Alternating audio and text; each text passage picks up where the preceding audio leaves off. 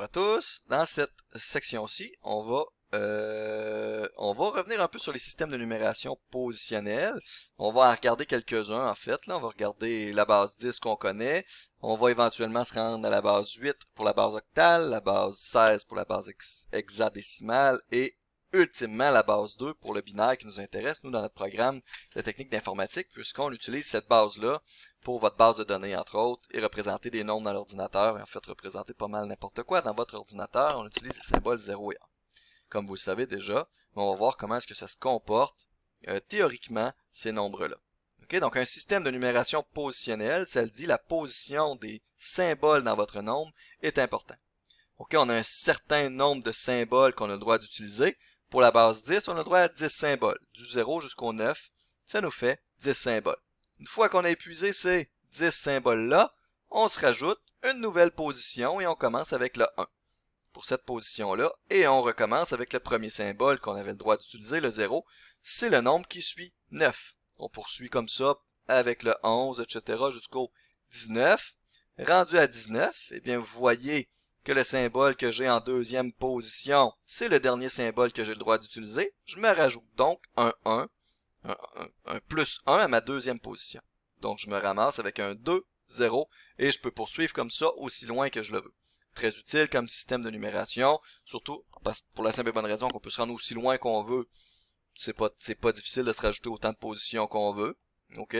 On peut aussi faire de l'arithmétique avec ça, c'est très intéressant. Ce qu'on appelle les mathématiques. OK? On pourrait se définir n'importe quelle base. Donc, on s'est défini, nous, une base 5, vous vous souvenez, au dernier cours, dans la dernière vidéo. Aujourd'hui, on va utiliser un peu la base 6 pour voir comment est-ce que ça se comporte. Donc, là, dans l'exemple qui est suggéré ici, on a des nombres en base 10. Donc, le 6, le 15 et le 44 qui sont là, c'est des nombres en base 10. On voudrait les écrire en base 6. Le système de numération positionnelle en base 6 comporte 6 symboles. Le 0, en fait, on pourrait définir les symboles qu'on veut. Je vais utiliser les symboles qu'on connaît déjà, là. 0, 1, 2, 3, 4, 5, et c'est toujours ce qu'on fera. Okay? Attention, le symbole 6 n'est pas utilisé dans la base 6, tout comme le symbole 10 n'est pas utilisé dans la base 10. On peut utiliser 6 symboles, donc du 0 jusqu'au 5. Donc si j'écris les 6 premiers nombres possibles, les 6 premiers nombres naturels possibles, okay? Donc si je veux me rendre au nombre 6 en base 6, je dois m'ajouter une nouvelle position. Donc après le 5, on est rendu à un paquet de tous mes symboles et j'ajoute 0. Ça, c'est le nombre 6 en base 6. Okay? Donc, je vais rajouter un petit indice 6. En général, c'est ce qu'on fait aussi. On ajoute la base en indice à un nombre qui n'est pas en base 10 pour enlever l'ambiguïté. Donc, le nombre 1, 0, indice 6, c'est le nombre 6. Okay? Puisque c'est le nombre, entre guillemets, 10 en base 6. Okay? Donc, c'est un paquet de 6 et j'ajoute 0. Ça me fait donc 6. Okay? Pour se rendre au 15 pour le numéro B, on va les énumérer un peu tous là. Donc, si j'écris 1, 0, ça me donne 6. Okay? Donc, je vais poursuivre. Ça, c'est donc 7, 8, 9, 10, 11. Oups là, regardez le symbole qui est en dernière position de ce nombre-là. C'est le dernier symbole que j'ai le droit d'utiliser pour représenter mes nombres en base 6. Okay, donc je peux pas écrire 16 ensuite. Si j'écris 16, ben je vais avoir écrit un 6. Le 6, on n'a pas le droit d'utiliser en base 6. Okay, donc je dois me faire un deuxième paquet de 6 et j'ajoute 0. Ça, c'est votre nombre 12. Okay, donc tous les multiples de 6 seront des nombres arrondis en base 6, bien entendu. Donc, s'il y aurait un petit indice 6 un peu partout, je l'ai négligé, mais pour être rigoureux, j'aurais dû l'écrire. Pour se rendre à 15, on doit ajouter 3 à 12, donc je vais faire 3 petits points comme ça pour gagner du temps, et je vais écrire 23 carrément, et je vais écrire la base que j'utilise 6. Ça, c'est pour le nombre 15. OK? Donc, 2, 3, indice 6, ça c'est le nombre 15. Écrit en base 6. Okay? Qu'est-ce que ça représente le 2? Représente 2 paquets de 6 et le 3 représente, on ajoute 3 à ces 2 paquets de 6 là. OK? Je les énumérerai pas toutes jusqu'au C 40. On nous demande de faire 44. On va plutôt utiliser une autre approche. Donc, 44, c'est 42 plus 2. 42, c'est 7 fois 6. 7 fois 6. Plus 2. Donc, c'est 42 plus 2, ça nous fait bien 44. Notez bien ce 2-là, ça va représenter, ça va être le dernier chiffre qui va représenter notre nombre 44, mais en base 6. OK? Pour être tentant ici d'écrire 72 en base 6, mais c'est faux, puisque le nombre, le chiffre, le symbole qu'on a utilisé là, on n'a pas le droit de l'utiliser en base 6. OK? On a dépassé 6 paquets de 6. Donc, comme on a fait 6 paquets de 6, OK, il va se falloir se rajouter une troisième position dans notre nombre. OK? Je vais le réécrire de cette façon-là, notre nombre 44. Je vais écrire 6 fois 6 plus 1 fois 6 plus 2. OK? Et là, je vais utiliser ça. Donc, j'ai 2 plus 1 fois 6. Et ici, j'ai 6 fois 6. Ça, c'est 6 au carré. OK? Donc, j'ai 1 fois 6 au carré. OK? C'est pareil comme quand on écrit un nombre en base 10. En base 10, si on écrit 122, c'est 2 plus 2 fois 10 plus 1 fois 10 carré.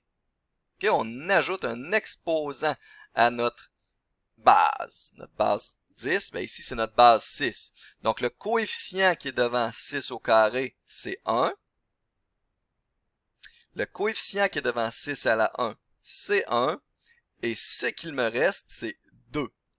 Donc, mon nombre 44 en base 10 s'écrit 1, 1, 2. Je vais mettre le petit indice 6 comme ça.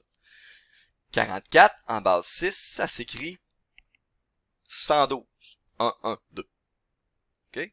1 représente 6 paquets de 6. L'autre 1, donc le deuxième 1 représente un paquet de 6 supplémentaire. Et le 2 représente ce qui nous reste ensuite, que je ne peux pas englober dans des paquets de 6. OK? Donc, 1, ça représente 1 fois 6 au carré. Ce 1-là représente ensuite 1 fois 6 à la 1. Et le 2 représente ce qu'on doit ajouter en bout de ligne, qu'on ne peut pas englober dans des paquets de 6. OK? Donc ça, c'est pour passer la base 10 à une certaine base. On va se définir ultimement là, une façon systématique de faire ça. Pour des petits nombres comme ça, c'est pas très difficile de se représenter des paquets dans notre tête. OK, c'est 36. 36, c'est 6 paquets de 6, donc c'est 6 au carré, plus 1 fois 6, plus 2. Ça se fait relativement bien. Mais si je vous donnais par exemple le nombre 853 489,13, d'écrire ça en base 7, là, il faudrait peut-être se casser un peu plus le basic. OK? Donc, on va se définir éventuellement, dans une prochaine vidéo, une façon systématique de faire ça. OK? Si vous connaissez la division entière avec le reste, ça va être beaucoup plus facile. De toute façon, je vais définir tout ça éventuellement. Là, ce qu'on va faire, c'est un peu l'inverse. Donc, représenter le nombre en base 6 suivant en base 10. Donc, ça ici, c'est un nombre qui est écrit en base 6. Donc, on pourrait écrire l'indice 6 en dessous, là, comme ça. OK? On veut l'écrire en base 10. Il faut se rappeler que ce qu'on a là, c'est des puissances. Chaque position représente une puissance de votre base. Donc, on sait que je vais le réécrire, ce nombre-là, mais à l'envers. Donc, le dernier symbole que j'ai, c'est 2. Je sais que le 2 représente le reste, ce que je ne suis pas capable d'englober dans des paquets de 6. Plus, le 5 qui est là représente 5 paquets de 6. Plus 1, OK, le symbole qui est ici, 1, fois, je vais écrire 6 au carré. Parce que quand on va avoir fait 6 paquets de 6, puis on n'utilisera pas le symbole 6 pour notre symbole des dizaines.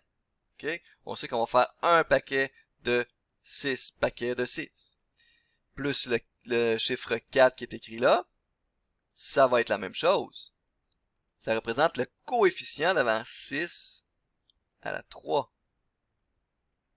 OK? Et finalement, le 3, c'est 3 fois 6 à la 4. Assurez-vous que vous êtes à l'aise pour faire de tels calculs avec votre calculatrice. 6 à la 4, 6 à la 3, 6 à la 2, etc. Et les multiplier tout ça par des coefficients. Okay, donc, ce qu'on va obtenir ultimement comme réponse, on va avoir 2, ça fait 2, 5 fois 6, ça fait 30, 6 au carré fois 1, ça fait 36, 4 fois 6 au cube, ça fait 864, et 6 à la 4 fois 3, ça fait 3888. En additionnant tout ça, on va obtenir le nombre 4820.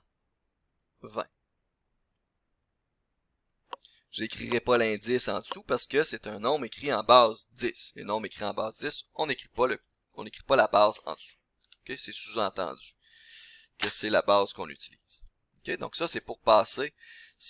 Pour passer d'une base autre que 10 à la base 10, c'est ce qu'il y a de plus facile. Okay? On fait juste dire que chacun des symboles qui est là représente le coefficient devant les puissances de votre base. Okay? Vous pouvez voir ici le 2 comme le coefficient devant 6 exposant 0, si ça vous plaît. Parce que 6 exposant 0, ça fait 1. Ça fait donc 2 fois 6 à la 0, plus 5 fois 6 à la 1, plus 1 fois 6 à la 2, plus 4 fois 6 à la 3, plus 3 fois 6 à la 4. Évidemment, il faut le lire à ce moment-là à l'envers, le chiffre. Il faut partir du plus petit et aller jusqu'au plus grand. Sinon, on peut dire c'est 3 fois 6 à la 4, c'est juste qu'il faut se questionner à savoir quelle est la puissance de notre dernier symbole qui est ici. Là, il faut commencer avec 0, 1, 2, 3, 4. Il faut se questionner. Mais je préfère aller à l'envers. Comme ça, je sais que je vais arriver là à la bonne puissance à la toute fin. Okay, donc 4820. Ce nombre-là, en base 6, représente 4820 en base 10.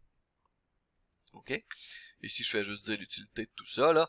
Dans les systèmes de numération en base positionnelle, on peut représenter des nombres aussi grands qu'on veut. C'est beaucoup plus facile de faire de l'arithmétique aussi. Je pense que c'est la deuxième fois que je l'ai écrit.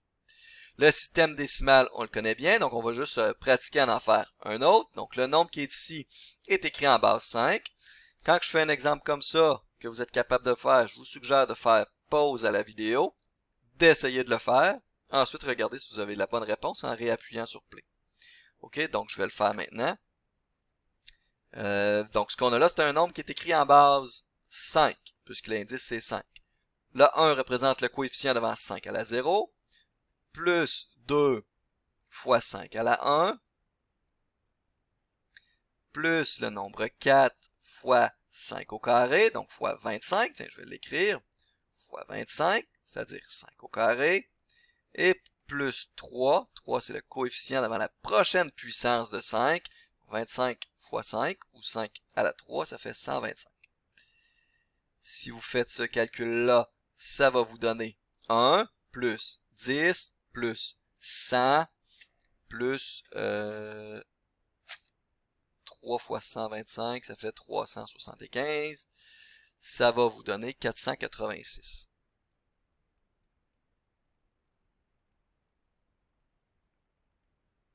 Donc vous voyez, pour partir d'une certaine base à la base 10, c'est assez systématique. On ne fait que réécrire les symboles qui sont là et on les considère comme des coefficients devant les puissances de notre base. Okay?